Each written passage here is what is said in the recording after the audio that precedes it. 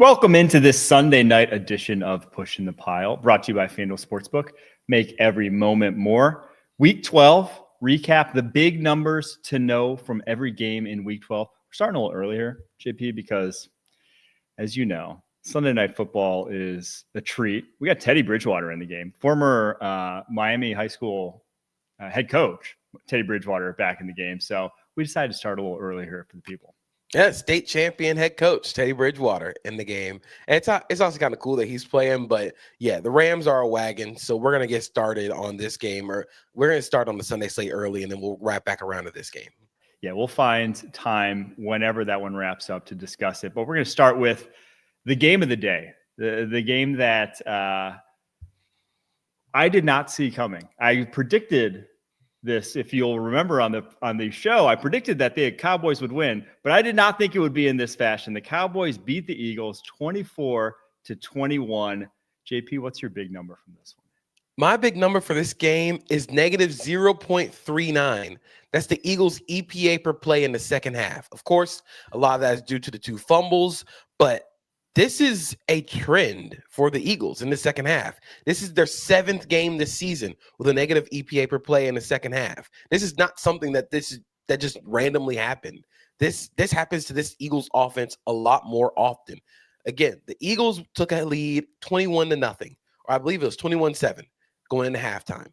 Most times the Eagles are able to lean on their run game, and they're able to finish out these games by just grinding games out. But against this Cowboys team, the Eagles had an 18.8% success rate on all their runs. That is the lowest that they've had this season. It is the lowest of the Nick Sirianni era. Like, we're reaching, yes, this team is what, 8-3, 9-3? Yes, they're 8-3. Great record, still in contention for a Super Bowl. This offense has problems. And they have major problems that I don't know if these problems are going to get solved this season. It felt like they were finding something with Jalen Hurts in the design run game. They were working in the passing game early downs in the first half. And in the second half, they just turtled. They tried to run the ball to put the game away, and they couldn't run the ball on the Cowboys. And that's a big issue going forward, because that's how you're supposed to salt games away in the second half. You're able to run the ball to victory. And that the fact they weren't able to do that against the Cowboys, this is starting to feel very 2023-ish. And again, even though they are 8-3, the offense's problems are critical. The A.J. Brown drama, to me, has been a mirage for what the actual problem is for this Philadelphia Eagles team. And I say actual problem, they're 8-3, right? They still can figure this out. But the actual problem is Saquon Barkley had 22 yards on 10 carries. That's a stat line that did not exist for last year's football team. The team that won the Super Bowl, the team that got over the hump finally for them, ran the ball very effectively, never had games that looked like this. They could ice out teams. If they were up 21-0, you probably weren't, and it was the second half, you probably weren't going to get 3 possessions the entire second half to even come back on last year's football team. That's not the case now. They don't sustain drives because they flat out just cannot run the football. This is the 5th time this season Saquon is under 3.0 yards per carry in a game. It happened once all of last year. That is just so far and away not the Philadelphia Eagles team that won the Super Bowl last year. I mean, everything, it's hard because things don't look too dissimilar, right? The talent, the headline names are there. Jalen Hurts is there. Saquon's there. Lane Johnson's there, although not in this one. But, like, you have a lot of the same guys. It just is not working. And for a number of different reasons we've talked about on this podcast, we don't have to rehash all of them, but it's worth just reiterating. That is the biggest problem. That is what's stopping this team from winning the Super Bowl, is the fact that they flat out are one of the worst running games in the NFL. Not last year's. They are actively a terrible rushing offense. And I think for this Eagles team, not being able to run the football is so drastic for them, because when you think about how the Eagles want to beat too high, they don't throw quick game. They don't really do the RPO stuff a lot. When they want to lean into it, they can, but they decide to go away from it. When Kellen Moore came over, they stopped really doing all the exclusive RPO and screen stuff after the debacle with Brian Johnson. But if you're not going to be able to thrive in quick game, and if you're not going to run Jalen Hurts as a designed runner in the offense when the run game is struggling, there's no way you can survive. There's no way you can survive in an offense built like this one, where you're hoping for A.J. Brown, Devontae Smith hope balls to move the ball and be explosive downfield, and you're still struggling to run the football. I think part of it is Kevin Patullo, part of it is Jalen Hurts, but this is what this Eagles offense is this season. We just have to come to a realization that this offense is not going to be the reason that they win the Super Bowl. It'll be because of the defense, and then they get timely plays. But this offense needs to figure out how to be sustainable on the ground, and I think it's getting Jalen Hurts involved in the run game. That's the only other thing they can do. They've tried everything else. Truly is. That's it. That is because this year we're 11 games in. 2 of them, Saquon's had positive EPA on his carries. 2 of those 11. I think we can say that. And, that was against the Giants was the last time that happened. It was against these bad run defenses. That's not who you're going to face come playoff time. So you are going to have to find answers, and that is the only answer, in my opinion. Let's flip to the Cowboys for a second, because I don't think anyone in probably America is happier for the Cowboys win right now than CeeDee Lamb after another stinker against Philadelphia Eagles. In 2 games against the Eagles, he had 7 drops in 2 games. He had 4 the first time around and 3 in this one. What a game from Dak Prescott and George Pickens. I mean, George Pickens was arguably the best player on the field when the Cowboys had the ball. The catch he had over Reed Blankenship and Cooper DeJean is one of the most incredible catches of the season. Like, he goes up and gets it over both of them. And then you just saw the full complement of what George Pickens can do and can be as he's grown into this fully well-rounded receiver. You have the touchdown to end the first half where he runs the whip route and completely dusts Adoree Jackson. And then you have all the slants, the deep overs, the dig routes Dak Prescott's hitting them on. All those plays were not in George Pickens' repertoire as a Pittsburgh Steeler. And now that you're seeing him grow and you're seeing more of these routes added to his arsenal, you're seeing a very well-rounded guy, a very well-rounded player. And then Dak Prescott was amazing in this game. I think he did such a good job managing, mitigating the pressure. The big slant that sets up the Brandon Aubrey game-winning field goal. Nakobe Dean is blitzing up the middle, and it's an under-center drop-back pass. It's quick game, and Nakobe Dean is right there, and Dak is able to get the ball up over Nakobe Dean's hand and lob it right into George Pickens' hands. It was a great play. It's a very subtle play, but it's something that a lot of elite quarterbacks don't really do, and Dak Prescott's been playing at that level this season. So when you get both those guys playing at that level, when you get CeeDee Lamb making his timely plays, he had a bunch of drops, but he had a lot of timely moments. And then I think Brian Schottenheimer called a really good game and kept this team steady. So when you have all the offensive keys and you have the stars playing the way they are, Dallas is just going to be really hard to beat. Yeah, Dak, that was a vet quarterback game because he did not start off strong. I mean, a younger quarterback could easily have gone in the tank and just succumbed to the pressure that is the Eagles defense. But I love that final play because I think a lot of times when we think about arm angles and we think about sidearm throws, we're like, oh, the guy's dropping down doing that. He had to go up. He had to go up high because the normal angle of his throw would have took him right into, Nakobe Dean's helmet or Nakobe Dean's hand. That was not an easy pass. It was open, but that is not an easy play to make. That's not even just to attempt that throw with knowing that you're about to get popped after it's coming. So, yeah, that was great. And George Pickens, man, is he better than CeeDee Lamb?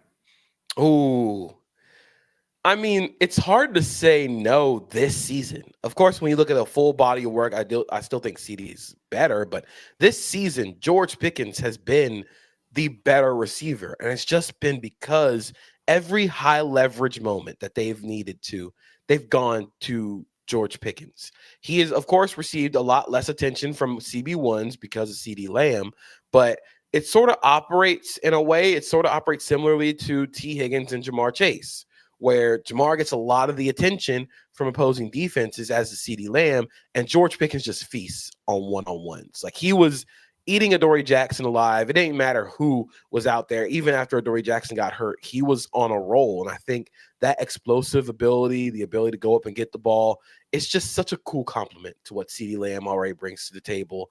I really hope that they're able to keep CeeDee and George Pickens together. I know that's going to cost a lot of money, but they're just so cool, and they work so well with Dak Prescott. At the very least, is he the best? Is whoever is the Cowboys wide receiver too? Because obviously this year, I mean, it kind of has been CeeDee Lamb in terms of just statistically. But whoever's wide receiver two, is it the best wide receiver two in the NFL? I think it's between whoever is and Devontae Smith right now is the best wide receiver two in the NFL. Well, it also depends on what you call Puka and Devontae Adams, because whoever you want to call there is wide receiver twos. Those are your top three wide receiver twos. I'll take it, George Pickens.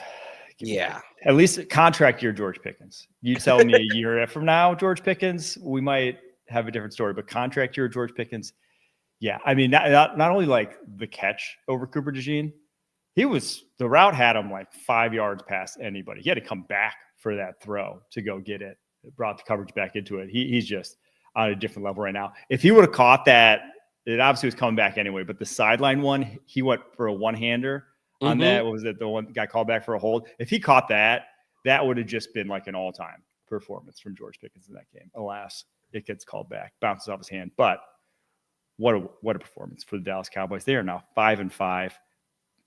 Keeping their playoff hopes alive a little. Still on the outside looking in, very much so, but a must win, and they get it done. Did you see the Elijah Clark forced fumble and the full play on the punt return? Okay. Yes. That is one of the best plays of the season. Yes. It's going to get shown in every high school football like film room. This is what it means to actually go win football games and be a winning NFL football player. So, punt return, Elijah Clark gets absolutely like rocked. Like, he is getting pushed to the ground multiple times on this punt return. He keeps getting back up and he's continuing to run down the field incredibly hard. And you just see Xavier Gipson like sort of find a crease, and Elijah Clark meets him, boom, forces that fumble that swings the game. I don't think Dallas didn't score on that drive, but to me, it was the play of the game. Just when you think about the effort, the hustle, special teams, like our colleague Benanucci has said, like this is a third unit. This is a very important unit when it comes to winning football games. You need dudes on special teams who are a little crazy, who are guys that are just going to go and make plays. And Elijah Clark had what I think is probably the play of the year so far. It didn't obviously win them the game, but after that play, it was like, oh, the Cowboys are going to win this game. It is what it felt like after that play. Mm-hmm. All right, let's take a break. After that, we got a lot more ground to cover. We're going to get to the rest of the Week 12 slate coming up next. You can't count on accurate expiration dates. That is a rookie mistake. Or the kindness of strangers. But thanks to CBS Sports, you can always count on Sundays with the NFL on CBS and Paramount+. Colts Chiefs battle for the Chiefs playoff hopes. Chiefs come out victorious 23-20 in overtime. Takes overtime to do it. Big number from this one, it's 11. That was how much the Chiefs were down in the fourth quarter. And believe it or not, that is the largest fourth quarter comeback of Patrick Mahomes' career. As soon as we bury these Chiefs, as soon as we say the margin for error is less than 0, they come back from the dead. They are the zombie Chiefs. You have to put them in the ground before they actually are. You have to go and get them out of here before you can say like, oh, they're done. This was the best defensive performance by the Chiefs this season. They held Jonathan Taylor and the Colts to a 44% success rate on the ground. That's the lowest of the season for the Colts. And in the second half, you could tell, like once that game started getting closer, that the Colts didn't want to run the ball. which I thought was really fascinating. I thought Shane Steichen made a lot of really odd decisions when the game got close, where like there were drives where they were going pass, punt. And it's just like, man, you are putting a lot of faith in Daniel Jones right now. And it's not even like the Chiefs pass rush outside of Chris Jones was doing their thing. Chris Jones was great in this game, but they weren't getting a lot from their other pass rushers. But the coverage was so good. I don't think Daniel Jones had a pass play over 20 yards in this game. There was not an explosive pass play in this game. They forced Daniel Jones to eat his vegetables as a passer. They forced the Colts to matriculate the ball downfield, and they were just able to force Daniel Jones to be uncomfortable without having pass rush. And that's where you just kept seeing the Chiefs get their chances on offense. They didn't have the best day offensively in Kansas City, but if you keep giving them swings at the bat, they're going to eventually get on base. If you put an MLB hitter up to bat 10 times, they're probably going to get on base a few times if you keep letting them get chances. So I just think this was a really great game by the Chiefs defense. And then offensively, you just got enough. The Colts and Daniel Jones, this game would terrify me if I'm thinking about giving him a big extension, because this is basically a preview of what it's going to be like for every single playoff game for the Indianapolis Colts and what you're going to have to do to win those games, which is have your quarterback not pee down his leg in the fourth quarter and overtime. Daniel Jones in the fourth quarter and overtime was 3 of 9 for 17 yards. And the only reason he didn't throw a pick is because he tried to throw a pick to 2 different guys in the same play. And they both ran into each other. Like, he was trying to give that game away. That was ugly for him down the stretch. And just the complete opposite. As soon as they punted the ball away with 4:49 remaining, with a 4th and 4 on Kansas City's 45, as soon as they didn't go for that, you knew you cannot play scared. It's like in a movie when the villain has the hero like in his dungeon, and instead of watching someone kill him, he like goes away. He's like, yeah, just kill him. I'm gonna go away. That's what punting there was. It's just like, of course the hero's gonna come out. Of course he's going to escape the dungeon. It's like, that's what he does. You have to know that you got to do it yourself, that you have to go down there, score a touchdown, do something. You have to at least go for that 4th down, or else Pat Mahomes is going to do what he's done for literally his entire career. And I don't know what made them think that this year was going to make it any different, that back against the wall, all of a sudden, this was the time it wasn't going to work out for Patrick Mahomes. And I actually think that the Colts' offensive woes in the fourth quarter wasted a really good performance by the defense and Lou Anarumo. Yes. They played so well for this entire game, honestly. The Lou Anarumo mixed in a lot of odd mirror, where that odd mirror is, it's a 3-man rush. You play cover 1 behind it, and you have what's called like a soft blitzer, where whenever Mahomes decides to break the pocket, that's when he blitzes. It's basically a spy. So you played a lot of odd mirror, a lot of man coverage. I believe they played 40% man coverage in this game, which is what you expected when you had Sauce Gardner and you had Mooney Ward coming back from injury. And they made offense so difficult on the Chiefs. And I still have a lot of issues with how the Chiefs run their offense, mainly in they run the ball under center so well, and then they never go back to it. And I think part of it is because they don't trust their running backs. But they had 41 carries today. Kareem Hunt had 30 carries today, which is a lot for Kareem Hunt. But you could tell that they were trying to get the run game going. And when they got under center, they were able to be really effective. But towards the end of the game, they did 2 things that I thought were kind of fascinating, and Patrick Mahomes just beat them on. On the big Xavier Worthy 3rd down, I believe, in overtime, it was like the big 25-yard over route, where Mahomes was just off all game. He didn't trust any of his receivers for like 99% of this game.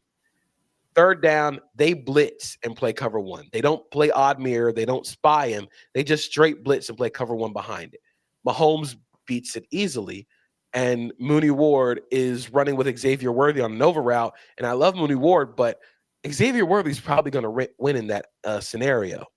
And then to set up the game-winning field goal by Harrison Butker, they drop in the zone and lose track of Rashee Rice because the linebacker doesn't get enough depth. Those are two moments where you're like, man, I wish I would have had a different play call in that scenario. But you're looking at like the Chiefs defense pitched like a one earned run, like complete game. The Colts defense pitched like a one earned run complete game, whereas the Chiefs pitched a shutout. That's a great analogy because you were 3.5 quarters in. Chiefs have 9 points, and they controlled the ball. The interesting part about this game was they kind of like game plan. They outdid the Colts in their own game. They had the ball for 17 more minutes than the Colts in this game.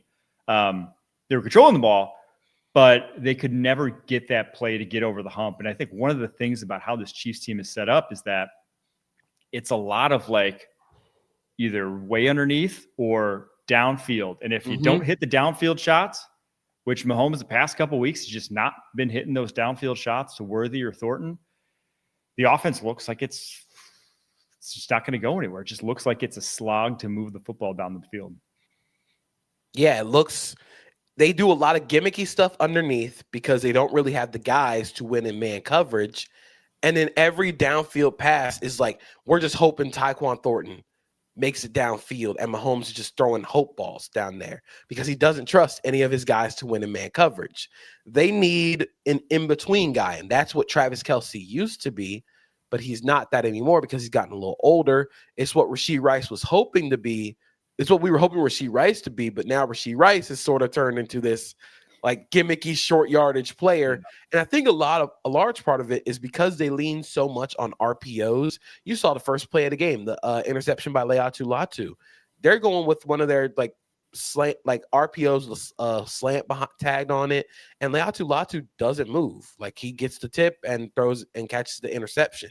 I feel like they lean on RPOs a lot to move the ball in the quick game when they can just give the ball and really make a lot of hay as a run game and a rushing offense. But I mean, it's tough to continue to keep this Chiefs team down because as long as they have Patrick Mahomes, they find a way to win these type of games. Yes, they do. They are still, though, on the outside looking in for a playoff spot. They are 6-5, but we got the Jags, Chargers, and the Bills taking up those wild card spots at 7-4. So still technically on the outside looking in, but this was a big one. This was if it flipped the other way, this was a no more skips. They had to win out basically to even have a chance.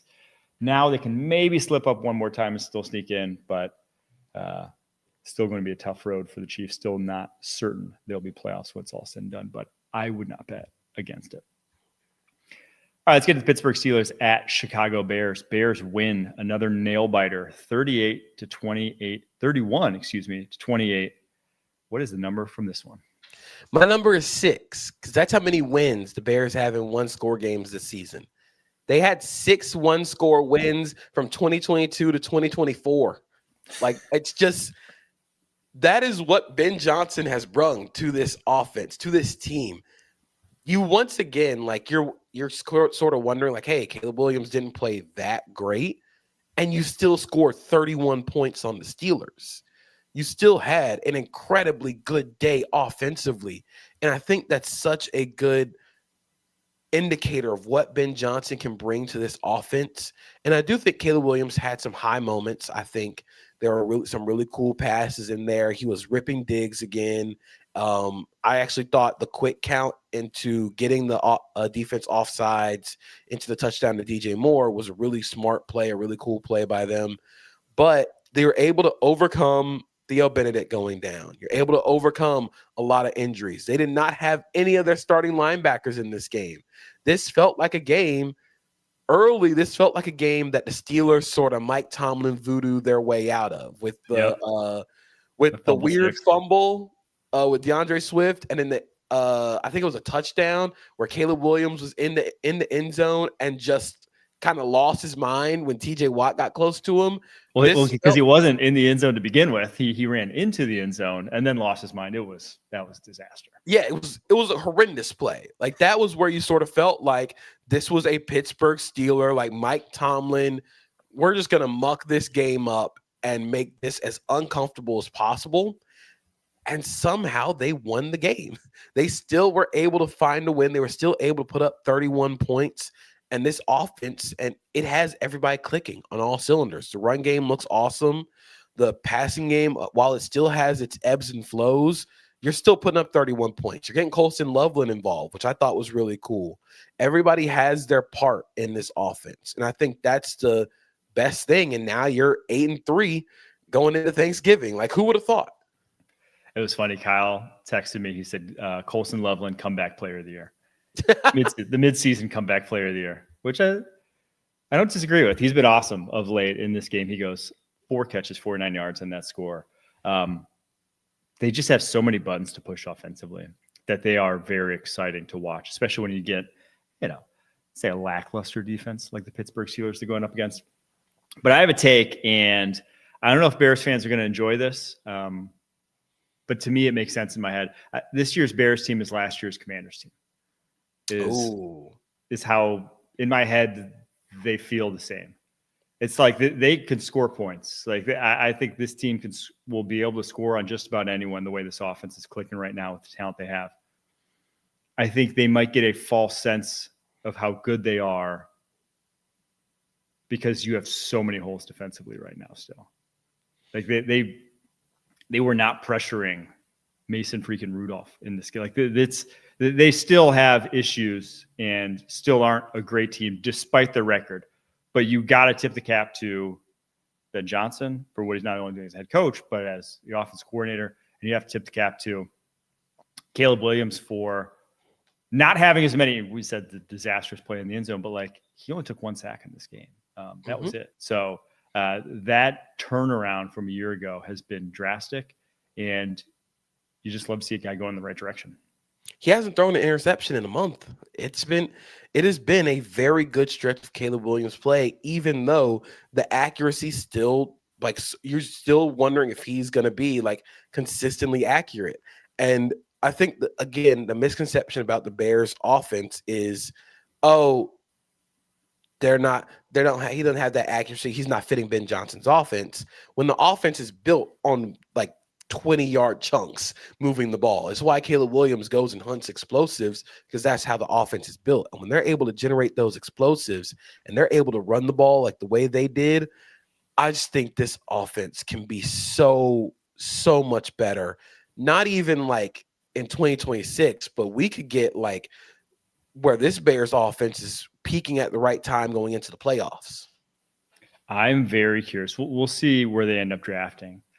But if you can get Jeremiah Love in this offense, if you can give, because obviously, like, the running game, they are creating holes now. I mean, even what was the touchdown for a Monungai? It was just, I could have rolled in on my side. Like, that was they caved in the Steelers defensive line on that. The holes they're creating for running backs now, if they had a dynamic, true dude back there, this would be a terrifying offense to have to guard week in and week out. Mm-hmm. They have leaned into the outside zone aspect of this offense, where everything works off the outside zone motion. You get Caleb Williams booting off of it, and they're taking shots downfield. Their quick game is their run game, and in their explosive passing is continues to be the explosive. So I'm really excited to see where this Bears offense can go. Because just on those boot action plays, you cannot pin down Caleb Williams. Mm-hmm. So you can count on maybe like one hand the amount of edge rushers you would trust to be able to actually affect him in a meaningful manner and not just like get left in the dust by Caleb Williams. It's that's why he was the number 1 overall pick. All right, let's get to Pats at Bengals. Patriots win 26-20, a little closer than maybe a lot of people expected here. What's your big number, JP? My number was 14. That's how many targets the Patriots tight ends had today. This felt like a throwback Patriots offense game. It started out real slow. It was real sluggish. Will Campbell gets hurt, gets carted off early, which is a major thing. If he's not able to finish out the season, or if that injury lingers long, that's huge for an offensive line that still isn't really there yet. But what they did was they hammered all the tight ends. Hunter Henry led the team in receptions and receiving yards, and it felt like some of those plays were very Brady to Gronk. You remember the old Brady would be under center, he'd fake the handoff and then immediately turn around, and Gronk is just running like this little over route or like glance route over the middle of the field. That's what the Patriots were doing. They were tagging like power and counter along with it, where you'd have a guard pulling, you'd have the run game, you'd have the run fake looking really good, and the linebackers just flow right up because it looks like a run, and then Drake May will just drop the ball over, and it's an explosive to Hunter Henry or Austin Hooper. So I feel like this game was a gritty win that the Patriots needed. You always say win your clunkers, and the Patriots won their clunker. About Will Campbell and Jared Wilson, who went out in this game as well. Apparently, according to Daniel Rotman, who do not know this guy, I will just put that out there, but he's NFL Patriots Talk is his bio. He reports that they are both considered sprains and hopefully not thought to be long-term as of now. So there's that. That would be big because, again, if you lose the entire left side of your offensive line, just good luck. I mean, I don't care who it is. Anyone, especially a team that doesn't have a great offensive line to begin with, New England Patriots, it could get ugly there. I can't believe, though, that a Patriots-Bengals game that had 2 defensive touchdowns, 2 pick sixes, went under. 51.5 is the over-under. This game went under with 2 defensive touchdowns. You could have told me, I would have never thought that in a million years. I never expected this game to play out the way that it did, but both pick sixes were incredibly funny. Where the first one with Drake May, he just sails the over the middle pass to Hunter Henry, where like he's late and high and behind on it, and Geno Stone is just sitting like right there, and he just walks into the end zone. The Joe Flacco one, he's going downfield, he's looking for a shot play. He comes back to the check down, and Marcus Jones is just sitting right there. Like, are you seriously about to throw this? And he backpedals into the end zone, which I thought was the funniest part of the play. I am a little worried about the Patriots defense, especially without Milton Williams to generate some of that pass rush for them. But this was Carlton Davis's best day as a Patriot. You got a lot of big plays from him in the secondary. So you're just finding ways to win, and that's what elite teams do. They go and win their clunkers. You find ways to win. That's a great way to put it. I feel like the stretch that they've been on, even if we can say till we're blue in the face that they really haven't played a ton of great teams. Well, if you keep beating the average to bad teams, chances are you're a great team yourself. So New England Patriots moved 10-2, still atop the AFC. Let's get to Browns Raiders, where we don't have to stay long. This was, I think, for my money. So the Browns win 24-10. I watched it, say, fairly in-depthly. This might have been the worst football game I've seen all season. I think this was. What? It was an atrocity. Do you have a better candidate off the top of your head? I feel like there have been worse Browns and Raiders games. Or like we did have the 10-7 Broncos game on Thursday night. Okay. Where Fair. That one was also really bad. I think this one to me, like, just thinking about the big plays in this one, it was, I mean, Dylan Sampson's touchdown was just god awful. It was a run of the mill screen, and he ran in a dead straight line, and it was like a 60-yard touchdown. You had the Raiders offensive line that was truly the most overmatched I've seen an offensive line all season long. 10 sacks from the Browns in this game. It could have been 15, and I would not have batted an eye. Like, they could have easily broken the record if Geno Smith would have had a tick slower internal clock in this game. It was just a disaster from start to finish. And then you had the Jerry Jeudy fumble where That it looked was like he stopped trying mid-play. the season. He just stopped. Like his controller lagged. Dude, that's a great. Yes, it looked like he just logged out of playing mid-game. There was not too much, but the thing I highlighted from Shedeur on, I think it was one of our HQ hits, probably not on the pod. Creativity, the ability to create was such a far cry from anything we saw from Flacco and Gabriel. And it was like, hey, there was actually nothing in structure to begin with this Browns offense. I don't care who was in it. There was not a secret hidden offense to be had. And so getting Shedeur's ability to extend, to do more than just what's drawn up on the whiteboard, I think you already saw the dividends pay off of that. And he only took 1 sack in this game. Yeah. You had the bad interception where I think he's expecting the dropping edge to just fall with the swing pass on like a spot swing concept, and he just never does. So he expects, it's like when you see it in your head, you expect the edge to run with the swing and the spot routes open, but he never does and just kind of telegraphs it.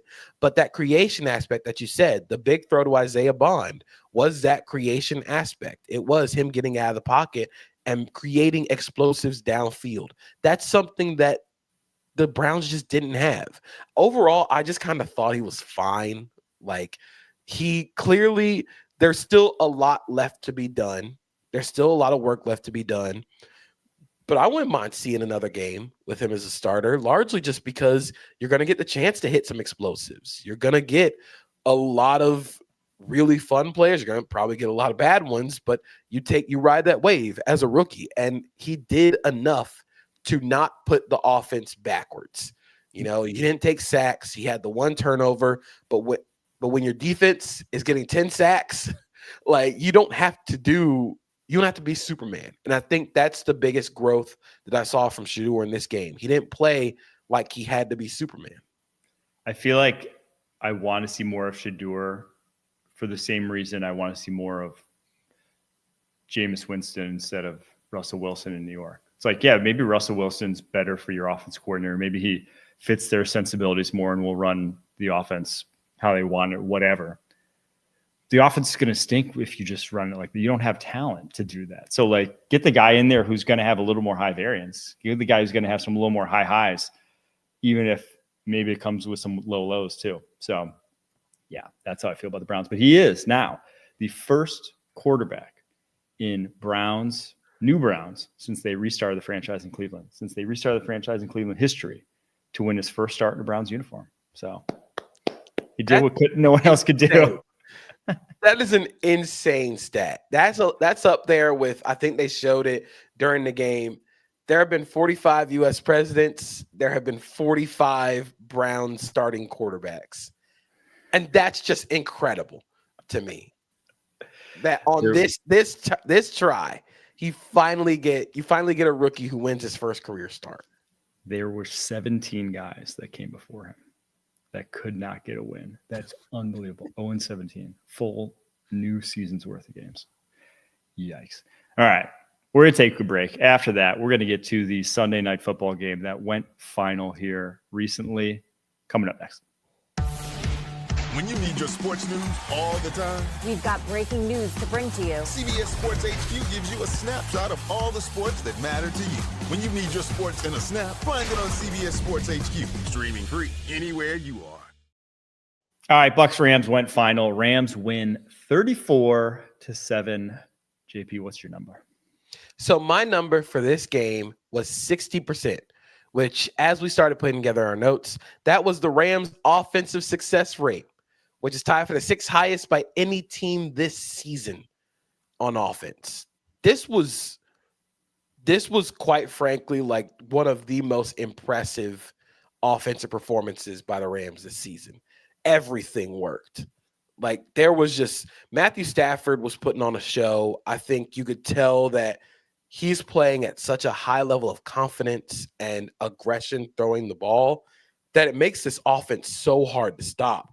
And then when you get Devontae Adams playing the way he is, he was frying Zion McCollum. this entire game. The fade route was just crisp.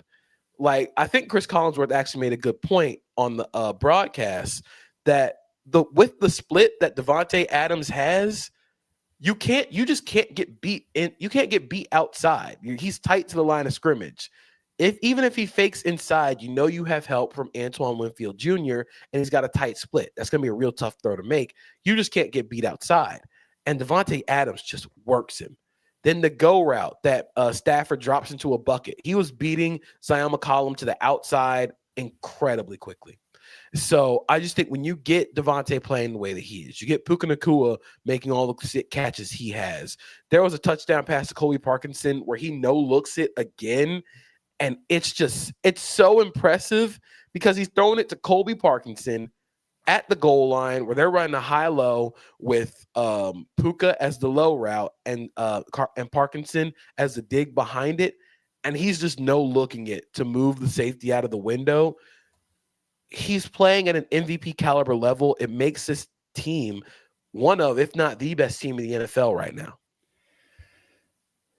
Yeah, that was a dismantling by every stretch of the sense of the word, not only offensively, but defensively. When Baker Mayfield was out there, he goes 9 of 19, 41 yards, 2 picks. Now, the pick six was one of, the most heartbreaking pick sixes for. He got ripped.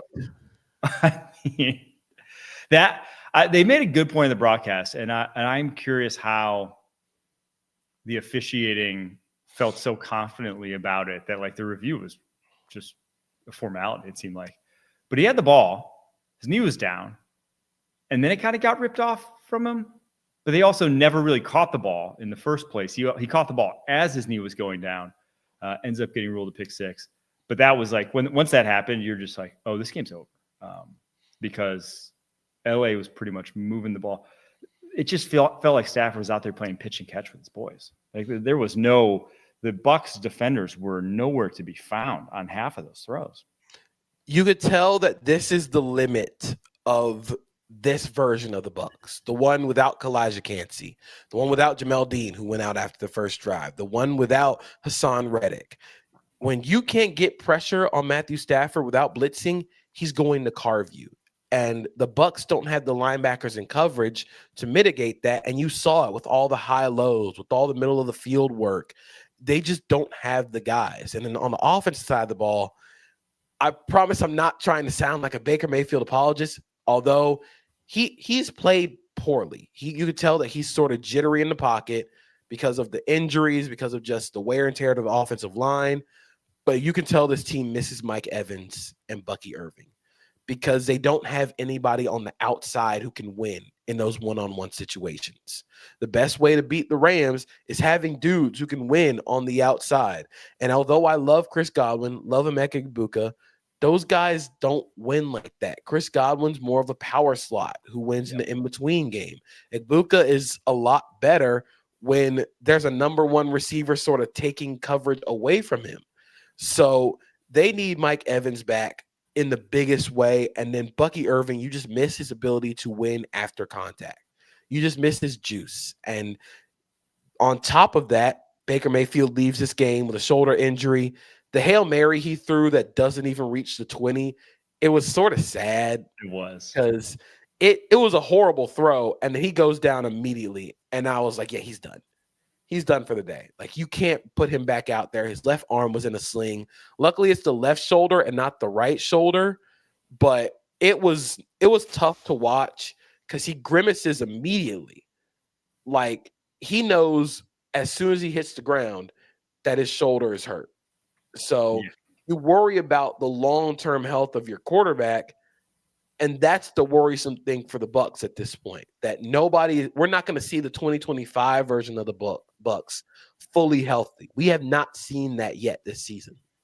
Yeah, I mean, I think the worst thing about the Bucs right now is they suck. They look awful the past 2 weeks.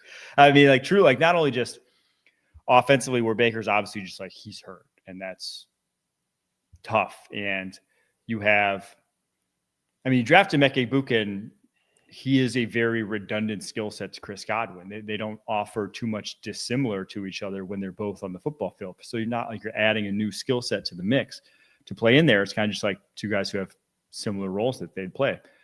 It is the Mike Evans that you miss. It is the guy who can just get vertical on the outside and go one-on-one against your best corner and win more than he probably loses. But then the other problem is just like your defense cannot get pressure. You probably shouldn't even be blitzing because your linebackers aren't good blitzers. You know, if you're blitz Antoine Winfield, that's probably the Tyke Smith, like blitz your safeties before I blitz my linebackers, or blitz Jacob Parrish off the slot, because those guys aren't going to win or aren't going to get home in a hurry unless they're completely unblocked. So there's really no options to get pressure. They just don't have the dudes coming through that door right now. You saw it the past 2 weeks. They didn't affect Josh Allen whatsoever. Didn't affect Matt Stafford whatsoever in this game.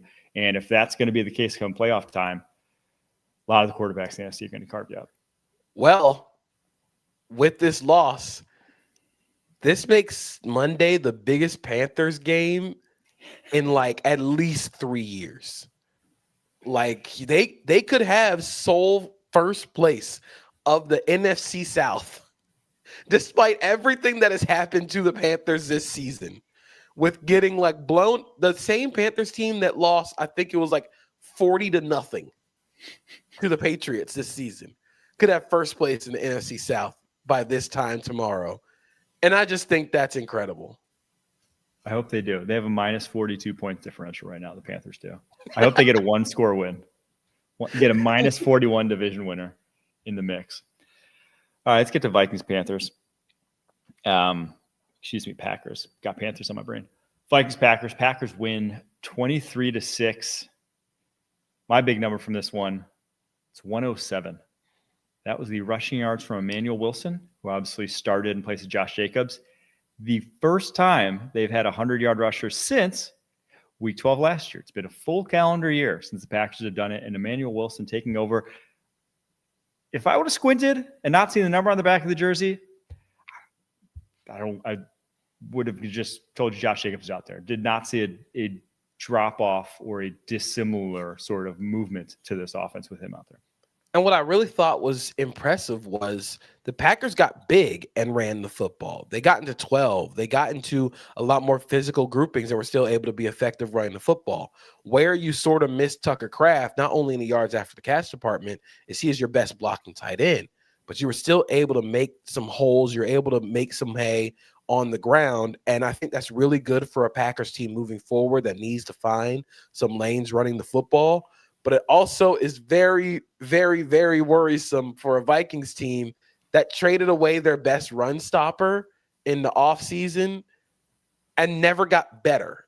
Like they didn't address that this season. So they found themselves like loading up on 3 techs who win one way and find themselves wondering why they can't stop the run. That one never made sense. It was just like right on the eve of the season, traded away Harrison Phillips for like a 6th round pick. And it's like, was something going on behind the scenes? Because why would you not want bodies at a position like that? And especially like that kind of body. It's like a guy who just you can plug on run downs and know he's going to get his job done. He was the best run defender a year ago. Yeah. And it's like they're paying for it. Their run defense has been pretty suspect all season long. That's their biggest weakness defensively. Now, their biggest weakness as a team is obvious. J.J. McCarthy has still not looked the part in this game. 12 of 19, 87 yards, 2 interceptions. It was actually the second worst game in terms of EPA per dropback this season, negative 0.65. And I stole this from Danny Heifetz, but he has the second worst since the year 2000, the second worst EPA per dropback of any quarterback in the NFL since then. Of anyone who's taken any snaps, that's Nathan Peterman, that's Zach Wilson. The only one worse has been Jamarcus Russell. So tough start to the McCarthy era. So I also pulled this stat from Arif Hassan and J.J. McCarthy. When you eliminate dropbacks with quick pressures, which pressures under 2.5 seconds, J.J. McCarthy's performance this week against the Packers ranked 344th of 346 quarterback performances this year in EPA per dropback and 331st in success rate. You just can't win with him right now. And it's tough because even when he isn't blitzed, which Dan Pizzuta said in the second half, J.J. McCarthy wasn't blitzed, still found himself pressured on 61.5% of his dropbacks, averaged 0.8 air yards per completion, and averaged -1 EPA per play. It's just getting to a point where he's turtling in on himself. There was a point in the game where it's one of Micah Parsons' sacks. It's the Vikings getting to this 4-strong concept. Everybody loves to run it. It's the running back swing pass with somebody else running with him as sort of like an escort blocker. And TJ Hawkinson coming open on a spot route over the ball. JJ has the option to either throw the spot route to Hawkinson or throw the swing pass. And he does neither and takes a sack. And it's just like, man, what are you doing out here? It's awful right now. And on top of not being able to execute when you do know the play, there's still times where it looks like he doesn't know the play. They're still struggling to get the play call in. And it's week 12. Like, what you have had an entire year to get the play calls down, and then also missed 5 games this season to get the play calls down, and you still don't know the play call. I never want to count out a young quarterback because truly anything can happen. Brock Purdy's making $265 million. I didn't think that was going to happen, but it did. We're getting to a point where this is unsustainable for anybody. And there have already been reports where, like, the Vikings could cut bait this offseason. They're looking to add a quarterback this offseason. Whenever you start doing that and hearing those rumors, shit hits the fan. Yeah, I don't want to, like I said, I don't want to bury anyone. It's 6 games, and there's a lot of Vikings fans coping in a lot of different ways about that. But after I'm saying that,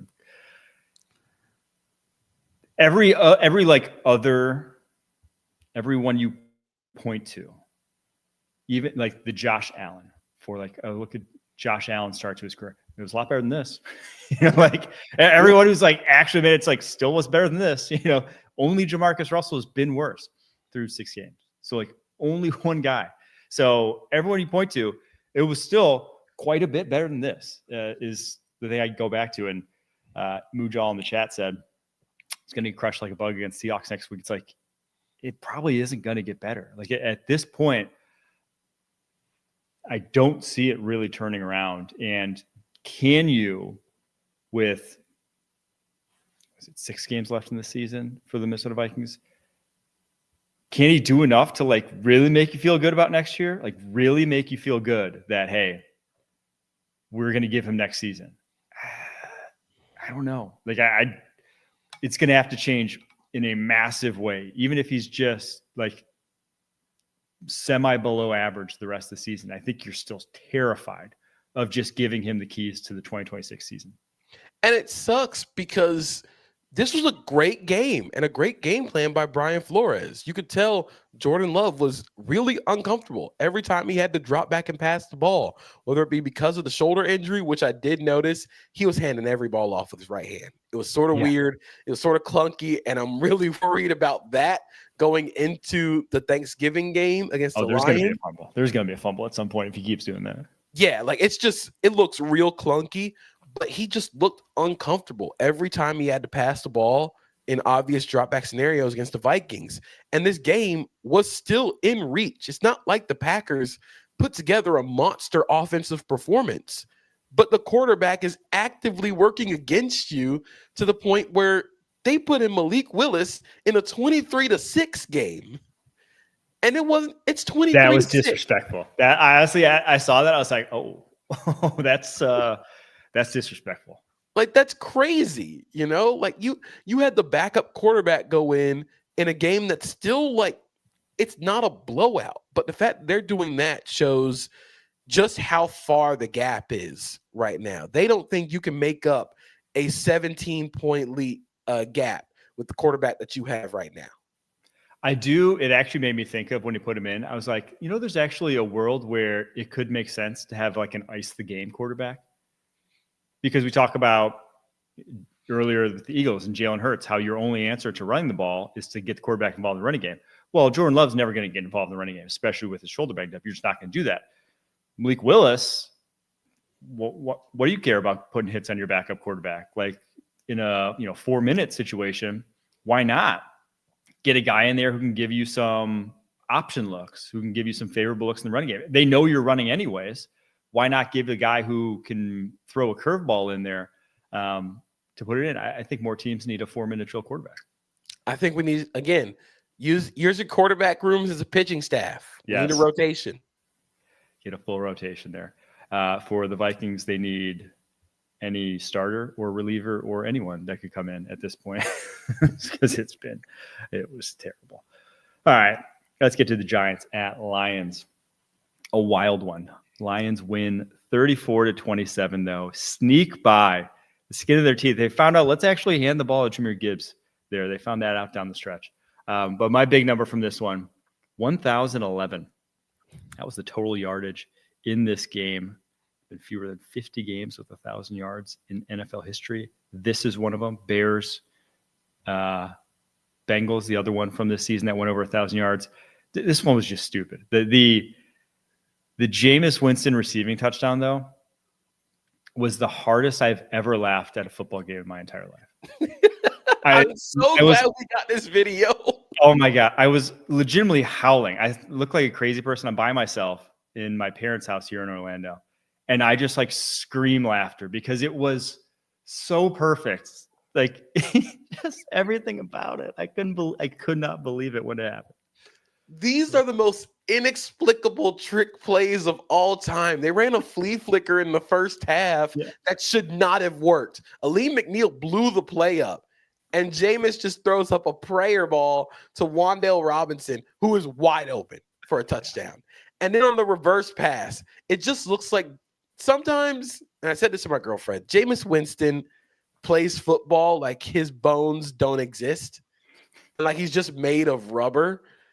And he chooses when his bones are made of rubber, when he can just like move his body like to like complete will. Like it sometimes it feels like he doesn't actually have control of his body when he moves.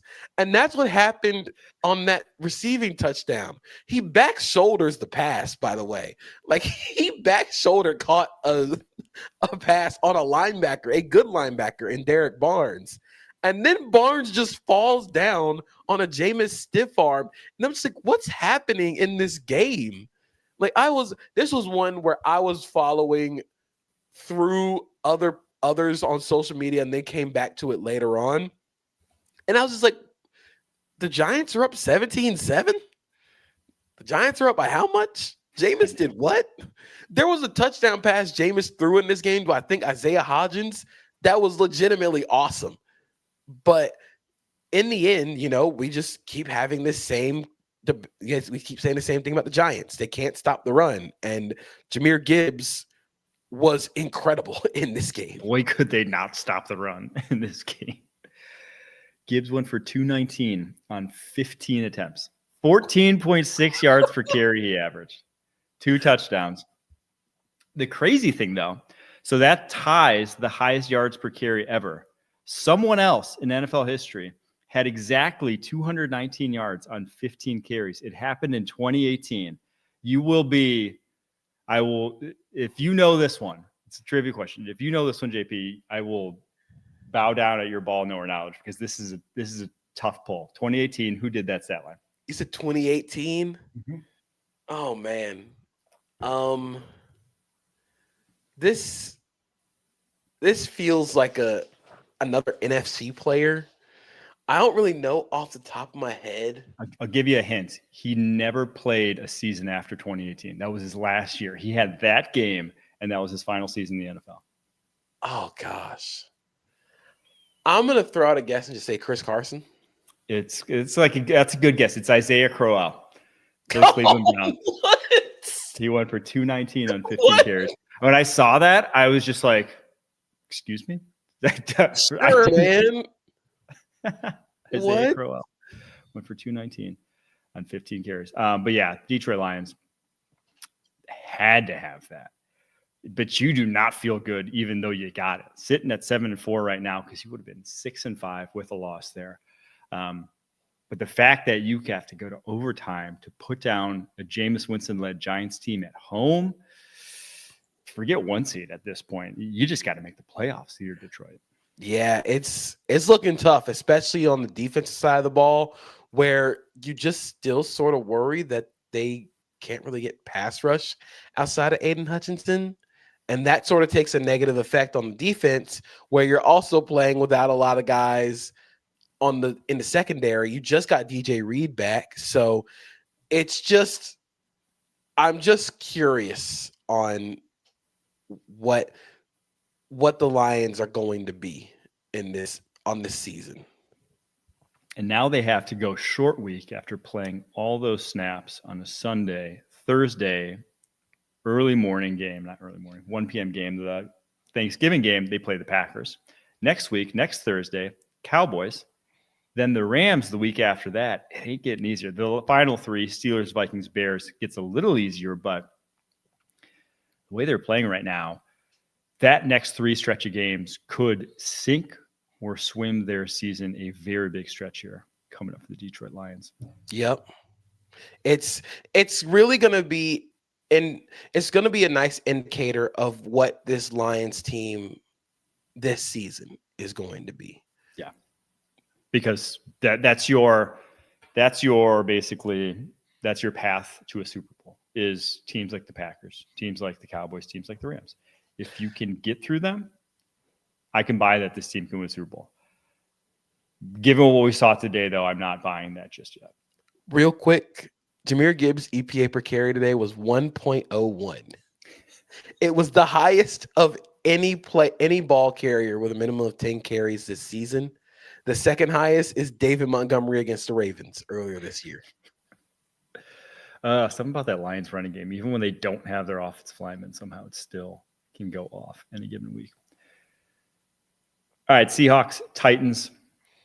Seahawks win, albeit in a closer one than a lot of people expected, 30-24. My big number from this one, it's 0.15. That was Cam Ward's EPA per dropback against the Seattle Seahawks. One of the best defenses in the NFL. 0.15 is the third best figure of any quarterback all season against the Seahawks defense. You did it throwing to guys like Kamire DK, some no-name guys. Cam Ward, I don't want to say he's arrived. There's still obviously a lot to be, but his season's starting to feel similar-ish to Drake May's last year, where it's just like he can see he's got it. You can see a guy who's a starting NFL quarterback. The situation's just so bad that once the talent gets around him, you'll see a guy flourish. He's starting to trend upward, and I think that's a good thing. I think in this game, especially against the Seahawks, you need to do a little bit of stupid shit. And Cam Ward did a lot of stupid shit that worked in this game. I think there was a pass where he was like falling out of bounds on the sideline that completed to Xavier Restrepo, where I was like, man, that doesn't work very often, but I'm glad it does. But you see the high-level arm talent. You see the creation ability. And I think that stuff matters a lot, especially in a Titans season where you're kind of just hoping to see something good from your quarterback. You're hoping to get some idea of who are going to be core Titans moving forward. You got Cam Ward. I think Gunnar Helm is a fine player on the offensive side of the ball. You got Kamire DK, like you said. And just seeing him grow this season, when we talk about Cam Ward, it was promising against the Seahawks and against the Seahawks defense that is known to be one of the best in the NFL. His creation ability is what really stood out. I love that they got Xavier Restrepo a little more involved in this game. 6 targets for him, only 2 catches, 26 yards. But I always figured that at some point would start to work. And they just had such a connection at Miami in such short time there, because obviously 1 year together, that him landing there would end up paying dividends. On the flip side, though, Jack Smith-Njigba just continues to do just stupid things. He has 67% of the Seahawks passing yards in this game. He broke the Seahawks single season receiving yards record held by DK Metcalf. We are 11 games into this season. He is doing utterly absurd things, has now 46.8% of the Seahawks receiving yards, I guess passing yards, so far this season. This is trending to be one of the most incredible single season receiving performances I've ever seen. And it's largely because, like you said, he's accounting for almost half of their receiving yards. He is their first, second, and third option. Like they try and get him involved in every single way. And Sam Darnold is so good at just getting the ball to him, get the ball in his area code. The big touchdown he had was a beautiful throw by Sam, but JSN, he has grown so much as the lead option, where I remember in the preseason we were having questions about how this offense would flourish without the other guys next to JSN. And he has taken over that role. He has been one of the best receivers in the NFL, and doing it without a lot of help the way he is, it's super impressive. On pace now for 2,029 yards. That obviously would break the NFL record of 1,964 by Calvin Johnson. 16 game versus 17 game, whatever. I would bet on him doing it at this rate. I mean, they're just going to keep feeding him down the stretch. The only thing that's going to stop him is maybe a week 17 sit down. But I think it can happen. All right, we're going to take a break. After that, some news coming out of the week 12 slate and then the rest of the games. Hi. Novocaine? Novocaine! Novocaine is now streaming on Paramount Plus. You're gonna love this. Oh, you're strong! It's wildly entertaining and an absolute blast. I'm in. Novocaine, rated R, now streaming on Paramount Plus. The highest paid offense coordinator in the NFL, Chip Kelly, is no longer the offense coordinator of the Las Vegas Raiders. He was fired after that brutal performance, 10-point performance against Cleveland Browns. There was a point in this game where Stone Forsythe is blocking Myles Garrett one-on-one. And I think that play ends how you expect that play to end. And I think it's at that point when the Raiders decided to fire Chip Kelly. It's just like we've said a lot about the Raiders and about Chip Kelly specifically. It's tough to go from having a great run game at Ohio State, not really like the passing game was expected, but you're supposed to bring an improvement to the run game that really didn't show up in Vegas. That's the biggest thing. It just looked like he didn't really adjust well to the fact that he didn't have the inherent talent advantages. And the best thing about offensive coordinator is you maximize talent. You raise the floor, your players raise the ceiling. And he wasn't able to raise the floor of a Raiders offensive line that actually wasn't like terrible last season, but now they've completely bottomed out. So I think it was bound to happen. I thought it happened at the end of the season, but I am curious if this is the first of many moves for a Raiders team that kind of needs to hit the reset button. It's so brutal that we're saying that when we are, but it's so true. I mean, this team's 2-9. That was, as I mentioned earlier, the worst game I've seen all season, mainly because of the Raiders, just because they were so hapless on both sides of the ball, like giving up what they gave up to Shedeur Sanders, and the offense was just bad defense on a lot of those plays. They are just the most hapless team right now in the league, and this feels like the first domino, like you said. This Pete Carroll is not going to survive the rest or after this year. I just do not see it happening at this point in time. Yeah, he's 73 years old. Like it doesn't feel smart to keep a 73-year-old head coach around after being one of the worst teams in the NFL, when he was sort of just kind of brought in to bring a level of competency that just hasn't happened. It's actually 74. That so even worse. Even worse. Just retire, Pete. It's over. It's just go on a boat in the Keys or something, what all the other retired coaches do. All right, 3 more games to hit, and we'll get out of here. Jags, Cardinals. JP. It took OT, but the Jags, they still sneak it out, 27-24. My number in this game is actually a great indicator of how I'm going to talk about this game. My number is 1. And that's how many games a team has won after committing 4 turnovers, 4 or more turnovers in the last 25 years. The Jaguars somehow continue to amaze me. And there's no other way I really can put it other than Trevor Lawrence, and throughout his career, there have been 12 games that the Jaguars as a team have committed 3 or more turnovers. This is only the 3rd time that they've won those games. It just feels like no matter what happens with this team, they're never out of it. And I think that's the biggest amount of praise you can give Liam Cohen and this team, is that they're always in every game, that they feel like they can always come back and win.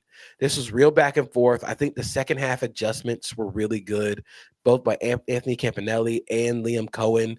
I think getting the quick passing game involved was really smart. I think it was kind of a meltdown game for Trevor Lawrence a little bit. He had 3 touchdowns, 3 picks. The fumble, I think they really struggled with the blitzes from Arizona early in this game, where they weren't identifying them correctly. I think they weren't finding their hots very well. And then they just max protected and forced them to call off all their blitzes. The first interception was on a tip pass by Calais Campbell, where, he's 6'9". That's just going to happen. He's going to tip a pass. It was a really cool play by him.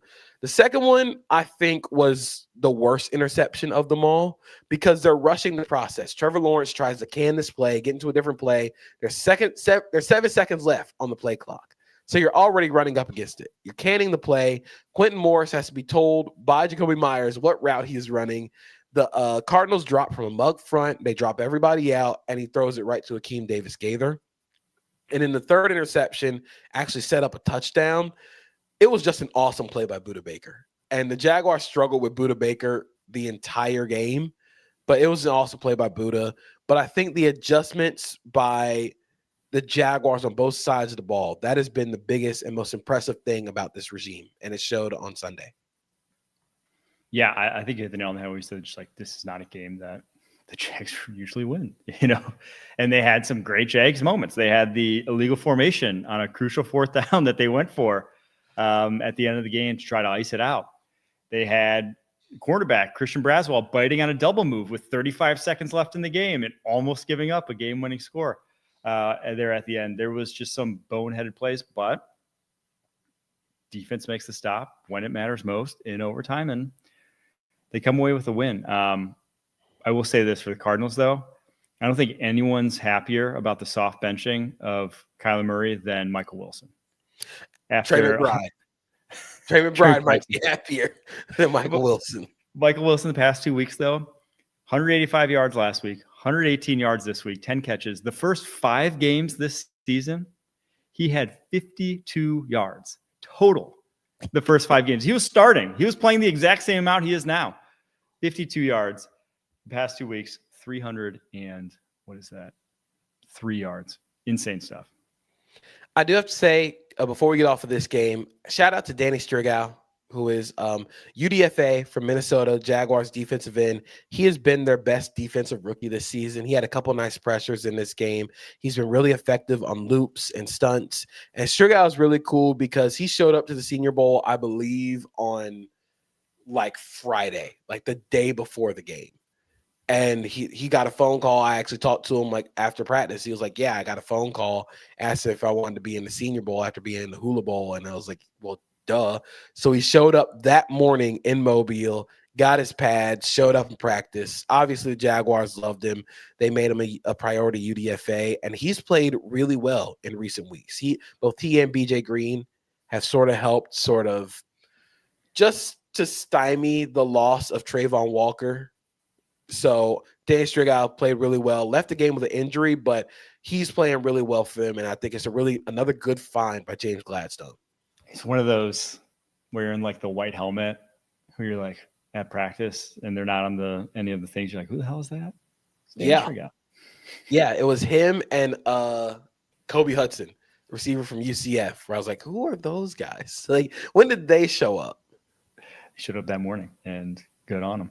All right, let's get to the Jets at Ravens. Ravens win 23-10, but my big number here for the Ravens is it's 241. That's how many total yards they had against the New York Jets. The New York Jets that traded away their entire defense just a few weeks ago. I think the bigger story is just the Ravens offense. We've talked about this Ravens defense and how it's bounced back from the disgusting manner we saw early in the season to be competent, at least not what that was. And they avoided, I saw Kyle Hamilton, it looked maybe ugly. The report after is he avoided major injury there, so the defense didn't suffer too many big losses.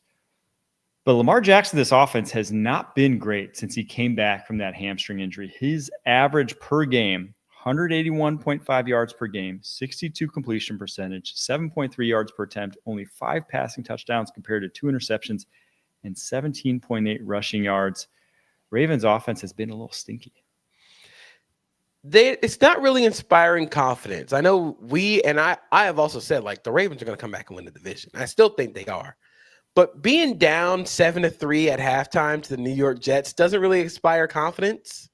I do still think Lamar is injured. I think he's more injured than we know. I think he's more injured than the Ravens are letting on because he's not running as often. And I think that without that ability to extend and scramble, especially behind this offensive line, and I think the Ravens have sort of skated by a little bit on their team building because they have found gems, which, of course, like, you could skate by when you find the gems. But Daniel Faalele, Andrew Voorhees have not been hits on the interior of the offensive line. That offensive line deteriorated, but Ronnie Stanley doesn't look like the same guy off of injury. Roger Rosengarten's been up and down. Even Tyler Linderbaum has had his moments this season. But the fact this offensive line has sort of crumbled this quickly is an issue, especially when Lamar's not healthy. So you just wonder long term, like, yeah, this team's probably going to win the division, but is this team a one and done in the playoffs as well? Yeah, they don't feel like a good football team right now. Even if they feel like they're probably better than Steelers, they don't feel like a good football team, unfortunately. But hey, you beat the Jets and you have the ultimate get right few weeks here. You got the Bengals, you got the Steelers, and you got the Bengals again. You got that 2 and 3 games that we love. So 2 games against the Bengals will make any offense feel like they're back on track. All right, last game. Falcons, Saints. Do you have a number for us, JP? My number for this game is 3rd, which is the current draft spot of the New Orleans Saints. That's really about it from this game. Like, it was a dreary, bland game. Kirk Cousins did some Kirk Cousins things. At one point, Isaiah Stallbird jumped over Kirk Cousins on a blitz and still recovered to sack Kirk Cousins. Kirk actually had a couple pretty nice passes. The Darnell Mooney touchdown was pretty sick. Can I stop you to talk about that just real quick? Because I chuckled to myself when I saw that, because I'm like, Penix has not even attempted that throw all year. That is exactly what was missing. Uncorks it. And Kirk uncorks it as soon as he shows up.